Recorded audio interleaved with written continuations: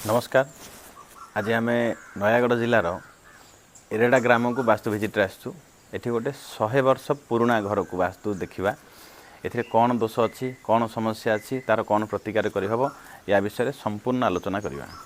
100 वर्ष पुराणा घर क्यों स्ट्रक्चर रही कौ भाया थिला आग ए विषय टोटाल आलोचना करवा।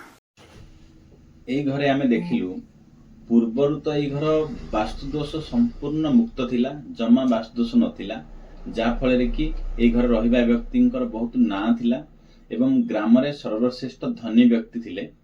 किंतु कालक्रमे पीढ़ी चेंज होगा पर एठी अग्निकोणे टॉयलेट करागला एवं घरर एक्सटेंशन बा घरर ब्रह्मस्थान दोष आसिला एवं घरर जेमिति आपण इमेज देखुचंती ब्रह्मस्थान ऐशान्य कोण जोड़ा वास्तु पुरुषर मुंड एरिया एटा क्लोज बा लॉक हे रूम टी रहिला भाई भाग हिसाब रे लॉक हे रहिला जाफल कि एठी स्टोर रहिला बहुत वर्ष एठी खोला हेनी।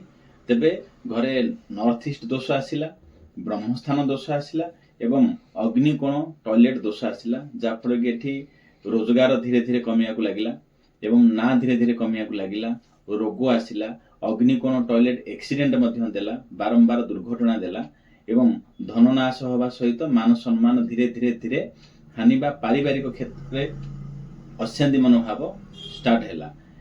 एवं पूर्व कालर जो घर थिला से माने वास्तु को ध्यान दे करथिले, तेणु करी ना थिला, धन थिला, सम्मान थिला।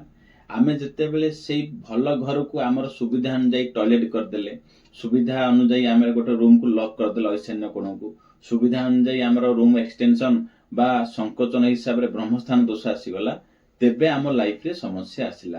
तेणु करी पूर्व काल रे घर वास्तु को ध्यान दे करथिबा हेतु सेमानक लाइफ सुख थिला। धन्यवाद। जय जगन्नाथ।